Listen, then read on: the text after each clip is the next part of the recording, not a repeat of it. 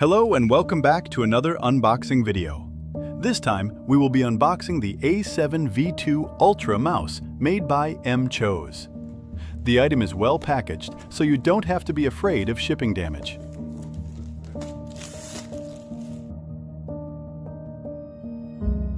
The mouse itself is in a plastic bag to protect the surface finish. Below the plastic holder, we can find a box full of the included accessories and paperwork. Anti-slip grip stickers, warranty information, a quick guide,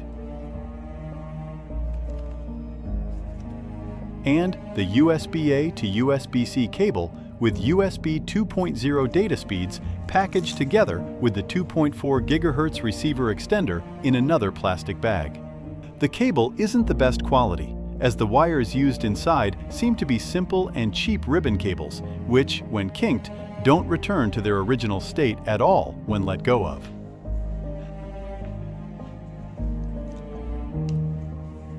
The mice has a good surface finish that doesn't get slippery by sweat and doesn't become shiny. The skids on the bottom are protected by a plastic peel. The little compartment on the bottom has the 2.4 GHz receiver.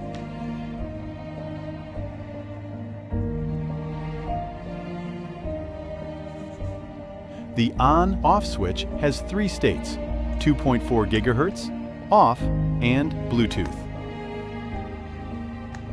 You can switch between the DPI options with the button opposite of the on/off switch. The buttons have a satisfying click and a fine amount of travel to them. The USB-C port can also be used for a wired connection, so you can still use the mouse if you are charging it. Software. The device has a simple yet effective WebDriver that you can use to customize all kinds of things. The firmware can also be updated from here. Please note that the WebDriver can only be accessed if the mouse is using a 2.4 GHz connection or it's directly connected via cable.